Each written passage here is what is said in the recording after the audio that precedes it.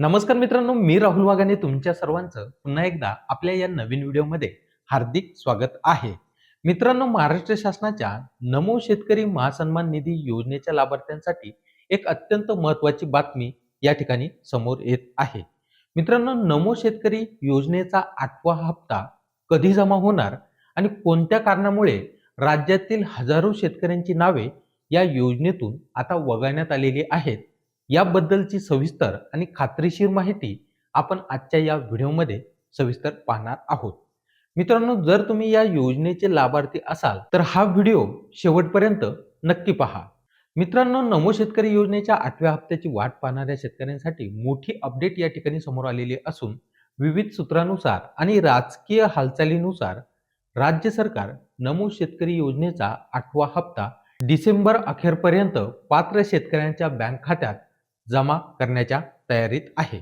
मित्रांनो, राज्य सरकारने अद्याप कोणतीही अधिकृत तारीख या ठिकाणी जाहीर केलेली नसली तरी प्रशासकीय पातळीवर याची तयारी ही वेगाने सुरू आहे.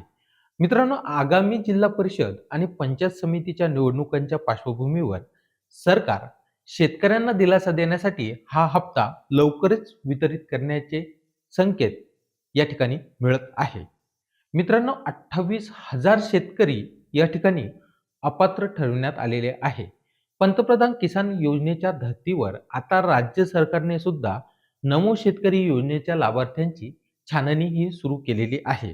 मित्रांनो, राज्यामध्ये सुमारे 28,000 शेतकऱ्यांची नावं विविध तांत्रिक आणि नियमावलीच्या कारणामुळे यादीतून वगळण्यात आलेली आहेत. मित्रांनो, ज्या शेतकऱ्यांची नावे या यादीतून कमी झालेली आहेत त्यांना आता येणारा 8वा जो हप्ता आहे, हा 8वा हप्ता या ठिकाणी मिळणार नाही. मित्रांनो, आता या ठिकाणी शेतकरी अपात्र ठरविण्याचे मुख्य कारणे कोणकोणती आहेत याबाबतची माहिती या ठिकाणी पाहूयात. शासकीय तपासणीत विविध वेगवेगळ्या कारणामुळे शेतकरी अपात्र ठरलेले आहेत, जसे की एकाच कुटुंबात 2 लाभार्थी. मित्रांनो, बऱ्याच ठिकाणी एकाच रेशन कार्डवर असलेले पती आणि पत्नी दोघेही या योजनेचा लाभ घेत असल्याचे समोर आलेले आहेत. नवीन नियमानुसार रेशन कार्डच्या निकषावर आता कुटुंबातील फक्त एकाच व्यक्तीला हा लाभ दिला जाणार आहे. त्यानंतर मित्रांनो, दुसरे कारण एकाच जमिनीवर दुहेरी लाभ. मित्रांनो, काही प्रकरणामध्ये एकाच सातबारा उतार्यावर किंवा जमिनीच्या तुकड्यावर 2 वेगवेगळ्या व्यक्ती या लाभ घेत होत्या. मित्रांनो, आता अशा प्रकरणात आता एकाच व्यक्तीला या ठिकाणी लाभ देण्यात येणार आहे. एका व्यक्तीचा लाभ हा तातडीने या ठिकाणी बंद करण्यात आलेला आहे. त्यानंतर मित्रांनो, तिसरे कारण या ठिकाणी आहे आयकर भरणारे शेतकरी. मित्रांनो, जे शेतकरी आयकर विवरणपत्र भरतात म्हणजेच इन्कम टॅक्स रिटर्न भरतात त्यांना या योजनेच्या नियमानुसार लाभ हा घेता येत नाही. मित्रांनो, अशा सर्व आयकरदाता शेतकऱ्यांची नावे शोधून ती यादीतून वगळण्यात आलेली आहेत.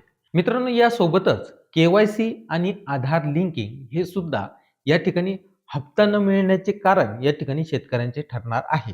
मित्रांनो, ज्या शेतकऱ्यांचे बँक खाते आधार कार्डशी लिंक नाही किंवा ज्यांनी KYC ही पूर्ण केलेली नाही, अशा शेतकऱ्यांचे हप्ते देखील या ठिकाणी रोखले जाणार आहेत. म्हणजे अशा शेतकऱ्यांना सुद्धा या ठिकाणी 8वा जो हप्ता आहे तो या ठिकाणी मिळणार नाही. तर मित्रांनो, हा व्हिडिओ पाहून तुम्हाला आवडला असेल तर या व्हिडिओला नक्की लाईक करा. तसेच इतरांना हा व्हिडिओ शेअर करायला विसरू नका.